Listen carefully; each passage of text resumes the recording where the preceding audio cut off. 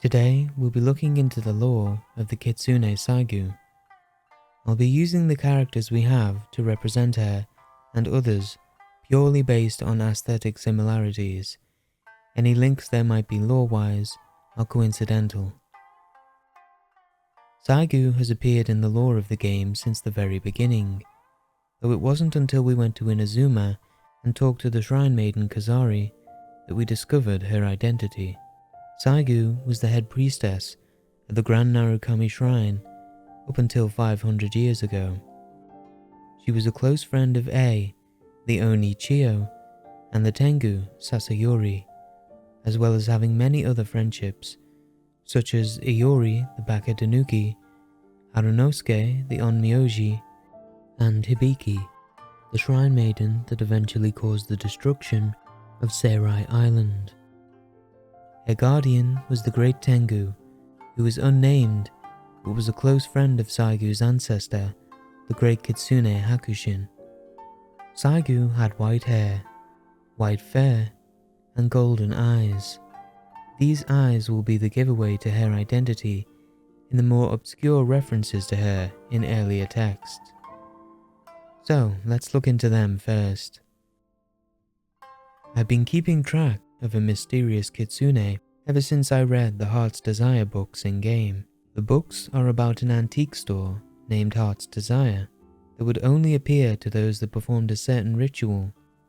The store appeared in both Mondstadt and Liyue, so either there were multiple stores, or performing the ritual summoned the store, or perhaps transported the person to its location. Though we haven't heard of the store appearing in any other regions, I'd imagine if the latter explanations are true, then we'll hear more of it as we travel to the different nations. Different translations of the book's name mainly go with the title Broken Dreams rather than Heart's Desire, which may be a more apt name for the items that are within it. The store owner is described numerous times as having golden, fox-like eyes and has a similar disposition to Saiguu, that of a mysterious and somewhat playful person who has a great interest in the subject of memories. In Volume 2, the shopkeeper is described by a customer as having mysterious golden eyes that reminded him of Core Lapis. In Volume 4, it becomes more obvious that this is referring to Saiguu. It says, "The shopkeeper's golden fox-like eyes flickered as she examined this new customer of hers who was draped in a soaking wet raincoat, and the young man let out a long sigh. It seemed he wanted to evade the golden gaze of the fox-eyed shopkeeper." The books are pretty long overall, but I think the most interesting things we find out in them are the items, such as the fang of the Wolf King, a crown that once belonged to an aristocrat, a pair of old manacles, and a broken ceramic tile, engraved with incomprehensible markings. Items we use in upgrading our characters and weapons that don't seem to be common items for the average citizen of Teyvat. She also has the god of salt Havria's tears, as well as other rare items, but it is unknown how she managed to collect them all at the moment. The most interesting item in the store for me though is the crystal heart, something that Saiguu explains in Volume 2.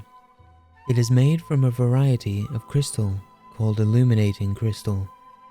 Man-made versions exist, but they are pale imitations. True illuminating crystal is capable of revealing the secrets of one's heart, for it is formed from the unfulfilled desire and grief of illuminated beasts of the highest order when they reach the end of their life. She gestures to a customer to look into the crystal, and they see tens of thousands of years flash before their eyes. Landscapes changing from snow-covered to green pastures, cities rising and falling like ants' nests, and kingdoms toppling like toy building blocks. The crystal heart seems to be the heart of an adeptus that Saiguu was close to in the ancient past, as she talks to it like an old friend in Volume 2. "In you I have seen unpleasant things, that fellow's true nature. It is unbelievable. It is upsetting. On the other hand, it is delightfully straightforward opening up to a complete stranger. I know that once he sets foot outside that door, we never have to meet one another again. So what does it matter if I reveal a little truth to him? Perversely, the closer two people become, the more one seeks to gain, and so you must be on your guard. But how could he have known? I'm sorry. This has all been quite the imposition on you, but it is truly wonderful to have this back. She lowered her gaze and continued, This is, after all, your heart that you have left behind. I will be sure to treasure it. But don't you think it's fun? Taking a trip down into the world once in a while, seeing what people are like nowadays? The eye of perception is also linked to this heart, though it may be a man-made imitation, as the eye is said to be fashioned from rare natural glaze. It is possible that it is the same crystal heart that has become dulled over time, as it is said to have the power to reach the purity of one's heart, and was also an Adeptus heirloom, but we can't know for sure with the information we have right now. Before moving on from this section, I wanted to mention two interactions that I found interesting between the shopkeeper and her customers. The first is when she meets the blue-eyed spear witch that was alive 1,000 years ago, which gives us a rough time frame for when Saiguu and the store was active. The second is her interaction with a young man in possession of a vision. He says, I am led to believe that people who receive one of these will one day disappear from this world. Well, well, well, sneered the shopkeeper. So, you are one of the chosen. It would appear so. Do you know anything about what happens to the chosen in the end? The young man asked eagerly. She forced a smile, but did not reply.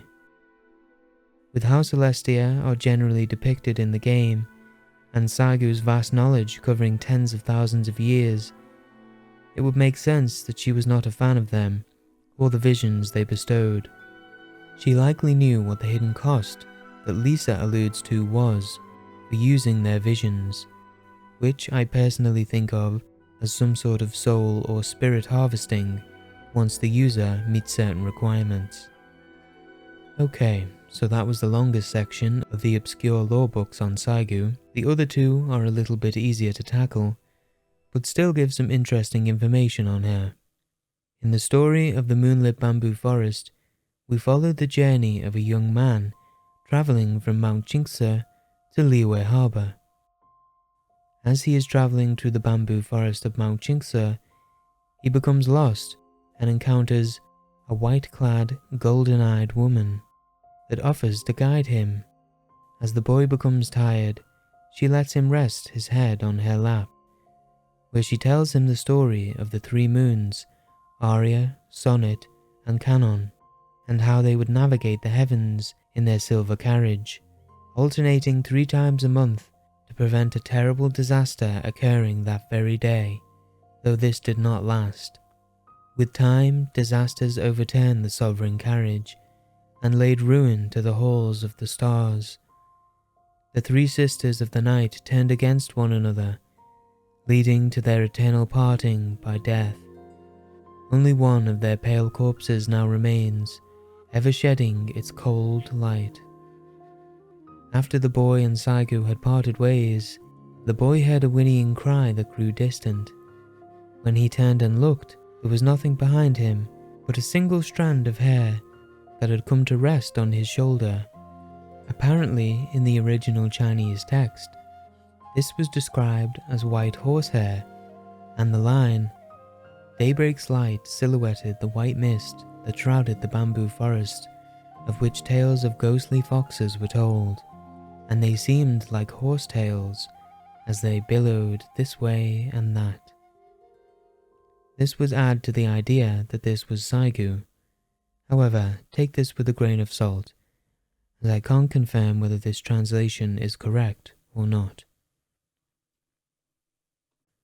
The last mention that we can be fairly sure is Saiguu is in the Retracing Bolide set, where she meets another young boy who had gotten lost at a festival in Inazuma. She watches over him for a while until he is able to find his parents and reappears throughout the boy's life as he ages, never aging herself. She is described as having warm white and was a beautiful lady with fox-like eyes. Eventually, in his old age, he comes to realize that she is the fox of legend that is able to transform on a whim, having thought he saw her once behind some bushes, but instead finding a white fox sunbathing and not realizing it was her at the time. For an honorable mention, foxes are a heavy focus in the Fox in the Dandelion Sea books, but the fox there is described as having blue eyes and black hair, and so I'd assume she was not Saiguu. The Dandelion Sea, however, may be the Hakushin lands that Saiguu speaks of and the homeland of all Kitsune. Not much is known about her actions prior to 500 years ago, but Saiguu would interact with a multitude of people and beings in her homeland. One that we've met before is Yae Miko, a relative of Saiguu's by blood, though the exact relation is unknown. Saiguu doted on the young Yae and may have even combed her tail as she teased Gorou about. Yae had heard tales of Saiguu while living in the Hakushin lands and looked up to her as a role model, eventually becoming just like her in personality, though this seems to be a very touchy subject for Yae, and so she speaks about Saiguu as little as possible. Hibiki Asase was a young shrine maiden from Seirai Island, known as one of the Yougou 3, along with Kamuna Harunosuke and Mikoshi Nagamasa. She became an apprentice to Saiguu, but resented the way Saiguu would confuse her with cryptic speeches and tease her for clearly having an affection for Takamine. Everything in the world is entangled, hence illusionary visions were born out of concrete reality. The so-called Omamori cannot make one's wishes come true at all, but they can make them eternal through this entanglement. The Lady Kitsune couldn't help but break into laughter upon seeing my clueless expression. She cheerfully knocked my head with her pipe and sneakily changed the subject. I suppose you've met your fated one as well, Hibiki. What sort of fate could there be with a rude and reckless brute like that? Oh, is that so? Hibiki would often retort in her stubborn manner, and would receive a rap over the head with Saiguu's smoking pipe for challenging her. Over time, the two became close, and Saiguu's words made more sense to Hibiki. Trying to hold on to a moment's beauty is like foolishly trying to grasp the morning dew. Like morning dew, I have already passed away. All you have seen of me is but a residual vision, born of your wishes.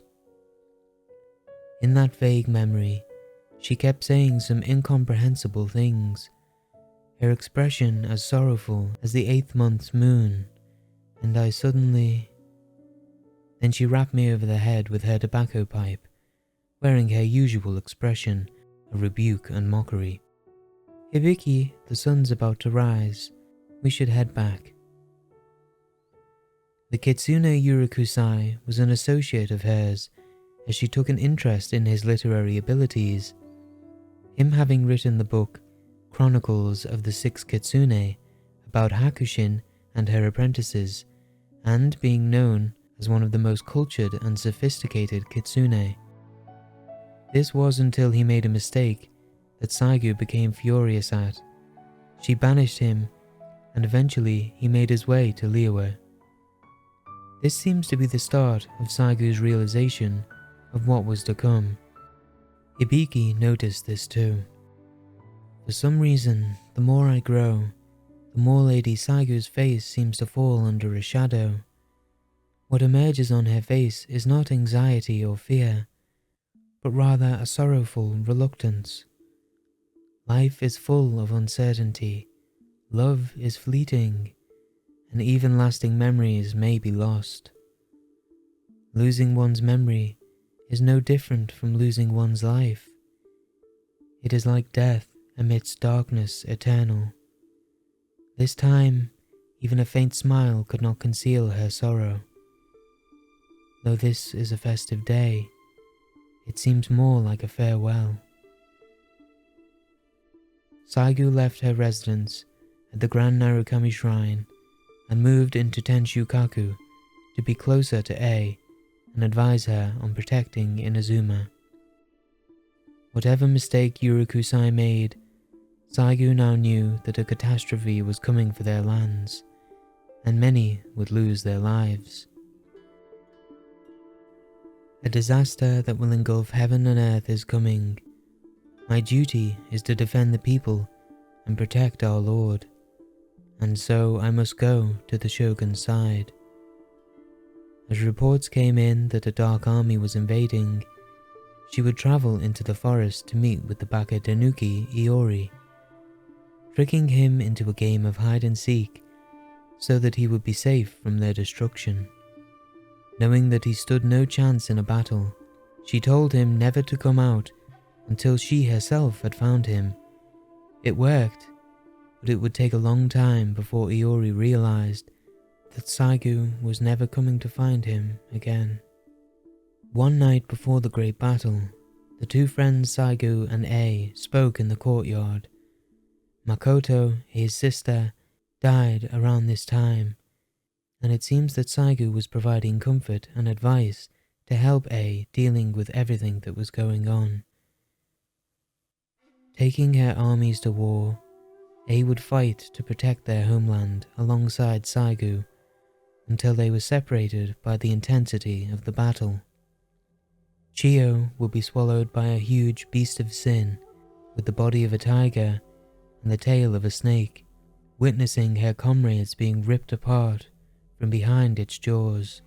Furiously slashing with her sword, she managed to escape, earning her the name Chiyo of the Tiger Bite, or Tora Chiyo for short.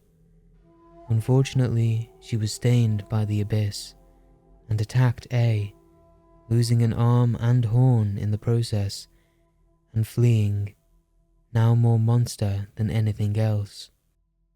They say that few among those who fought against the abyss in those days were spared pitch-black dreams.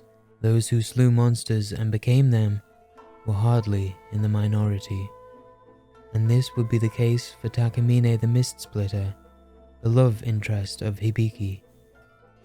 He would fight until his sword shattered, eventually being consumed by the abyss, as Chiyo was, but never forgetting that he had promised Hibiki he would return. He would, but it would not be the happy ending that either of them had hoped for. Seeing the overwhelming power that the Dark Army held, killing and turning those she loved into monsters, Saiguu realized that she would not be able to escape this battle with her life and protect Inazuma. It seems that she used the last of her strength to help reinforce the barriers that sealed the abyss underground, knowing that she was not strong enough to escape herself. After this, she would slowly be consumed by the abyss. She reminisces about those she had befriended throughout her life, like Chiyo, the Great Tengu, the Baka Danuki Iori, and her closest friend, the Shogun. She says, "That night, the moonlight swept the imperial garden, through branch and petal, showering the courtyard with pearls from heaven. That scene still glows brightly in my shallow heart. I hope she can remember the wordy motto I dared put to her ere we parted. Do not be blinded, do not waver, keep walking the path that you believe in. I hope that my words will ward off at least some of the lies and evil she will face." As the corruption had nearly consumed her, she made a request of the abyss that her memory be returned to this land that she loved. Whether the abyss granted this wish or it was Saigu's determination that caused this to eventually form the being known as Kazari, is unknown. The war was over, and Saiguu was gone. Their familiars, the sky and earth kitsune, would turn themselves into sleeping statues, silently awaiting her return to this very day. Hibiki would witness her last moments, holding on to Saigu's smoking pipe as a reminder. Silent and tranquil, the Lady Kitsune's white form, hidden in the deep darkness, left a deep impression in the Shrine Maiden's dreams. The smoking pipe would later be seen in the hands of Kamuna Harunosuke. He was an admirer of Saigu's since he met her in his youth, and she described him as an easygoing young man. The relationship isn't explained, but after watching Saiguu sacrifice herself, he was furious with mourning, and left to learn the way of the Adepti in Liyue to prevent such tragedies from ever happening again. The great Tengu went into self-imposed exile, enraged at her own incompetence as the Lady Saigu's protector, leaving her daughter Terio behind. Saigu's memories, mixed with the filth of the abyss, would take the form of Kazari, who would appear to us on our arrival to Inazuma, guiding us to cleanse the Thunder Sakura roots used to seal the abyss away so that the corruption could not spread further. Eventually, she led us to the heart of the corruption, the miasmic tumor in the depths of Mount Yougou that had formed around the sacred Sakura's roots. Though Kazari knew that once the ritual had been completed, she too would disappear, she was pleased that the people Saiguu gave her life to protect now had descendants that lived on. Before she goes, she tells us the last thing Lady Saiguu said to Yae. Do not be blinded, do not waver, keep walking the path that you believe in. And one of Saigu's favourite short chants came to her mind. When shall we meet again after this parting? For life is like the morning dew. With this, she completes the ritual, dissipating into nothing, with the only evidence of her existence being the kitsune mask that was left behind. And that's all I've got for Saiguu. I tried to condense all the important points down and limit speculating so it isn't too long of a video. The written lore about Saiguu is vast though, and this video would have been about 3 times longer if I'd included more readings from it. I'll link all of my sources in the description below if you do want to read up on it all though. If you've made it this far into the video, thank you for watching. If you enjoyed it or found it informative, consider leaving me a like to let me know. Subscribe if you want more lore videos like this, and leave a comment if you have any questions or thoughts on the subject. Good luck on your wishes, and I hope you have a great day.